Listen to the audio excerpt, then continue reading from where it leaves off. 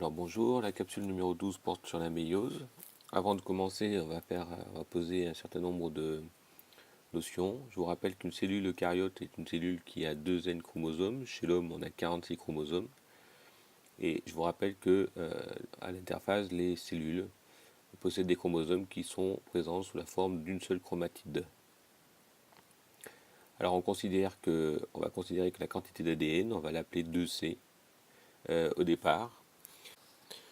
Alors, chez l'homme, vous savez que il y a la formation de gamètes qui s'appellent des spermatozoïdes.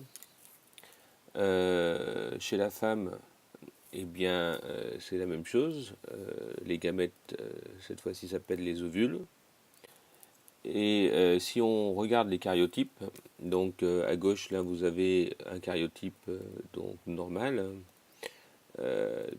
Vous avez le karyotype XX. Donc c'est une femme, donc on va considérer que c'est le karyotype de la maman.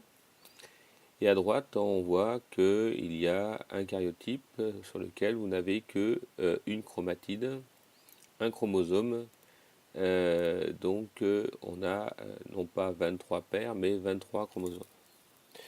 En fait, les gamètes que vous allez former, donc les spermatozoïdes et les ovules, ont en réalité 23 chromosomes. Tant et si bien que à la fécondation, 23 chromosomes apportés par le spermatozoïde et 23 chromosomes apportés par l'ovule, ça fera donc les 23 paires de chromosomes de départ. Donc en fait, le passage d'une cellule souche chez l'homme comme chez la femme qui a 23 paires de chromosomes à une cellule germinale, donc un spermatozoïde ou un ovule à 23 chromosomes, ce passage s'appelle la méiose. Donc nous allons détailler un peu la méiose.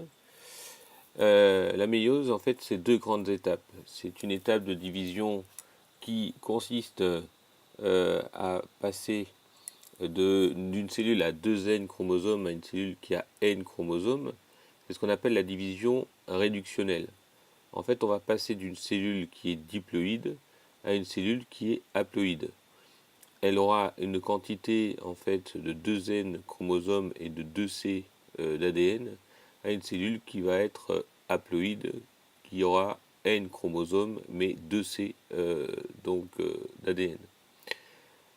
Alors c'est l'étape la plus longue dans la division de la méiose et cette étape est fondamentale parce qu'on va le voir, elle est responsable du brassage génétique et c'est à l'origine de la diversité des individus.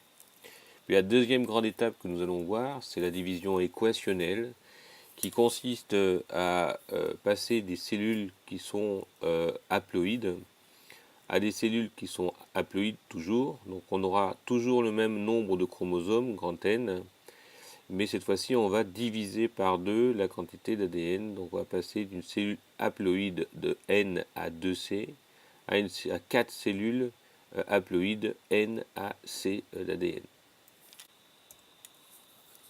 Alors la première division de la méiose, c'est la division réductionnelle. Alors avant de parler de la prophase, il faut rappeler que pendant l'interphase, il y a eu duplication de l'ADN, de la chromatide. Donc chaque chromosome va se retrouver avec 2 chromatides reliées par leur centromère. On va également dupliquer des centrioles. Ces centrioles vont migrer au cours de la prophase, une de part et d'autre du noyau. L'enveloppe nucléaire va disparaître. Au cours de cette prophase, il se déroule un processus très important. C'est que les chromosomes vont s'apparier pour former ce qu'on appelle des tétrades, des bivalents. Et au niveau de ces bivalents, il y aura des échanges chromosomiques. C'est ce qu'on appelle un brassage intrachromosomique. C'est-à-dire qu'ils vont s'échanger des portions de chromatides. Et ça, c'est possible grâce à des mécanismes qu'on appelle des crossing over. Voilà, donc là, à ce niveau-là, c'est un phénomène très important qu'on appelle le brassage chromosomique. Donc voilà, donc disparition de l'enveloppe nucléaire, migration des centrioles, progressivement mise en place du fuseau mitotique au moment de la prophase numéro 1. Alors, je rappelle que pendant cette prophase 1, eh bien, il y a disparition de l'enveloppe nucléaire, il y a apparition des chromosomes homologues, donc pour la formation des bivalents, et il y a des échanges réciproques de segments de chromosomes entre les chromatides non sœurs. C'est ce qu'on appelle le crossing over, qui est responsable du brassage intrachromosomique. Donc pendant la prophase, on peut distinguer très clairement des figures de chiasma, donc qui symbolisent un petit peu, enfin, qui révèlent les échanges de matériel génétique. Alors passons donc à la métaphase. Donc les chromosomes, les bivalents, vont se disposer aléatoirement, et ça c'est un terme très important, au niveau du fuseau métotique. C'est-à-dire que aléatoirement, les chromosomes vont se disposer de part et d'autre de ce fuseau mitotique, et de façon aléatoire, tant et si bien qu'il y aura un brassage dit interchromosomique, et il y aura toutes les possibilités de formation de cellules par la suite. Alors, le bilan, c'est que il y aura une disposition des bivalents au niveau de l'équateur, donc de la cellule. Et attention, il faut bien comprendre que les chromosomes homologues se répartissent de part et d'autre du plan équatorial et non pas sur le plan équatorial. Et les chiasmas se situent sur le plan équatorial. La disposition des chromosomes est aléatoire. Je m'explique bien, c'est que vous savez que vous avez un chromosome qui vous vient du père, un chromosome qui vient de la mère, et il y aura une disposition aléatoire. Ici, vous voyez, hein, arbitrairement, on a mis un chromosome bleu d'un côté et rouge de l'autre, et il y a toutes les combinaisons possibles, et c'est un brassage dit interchromosomique.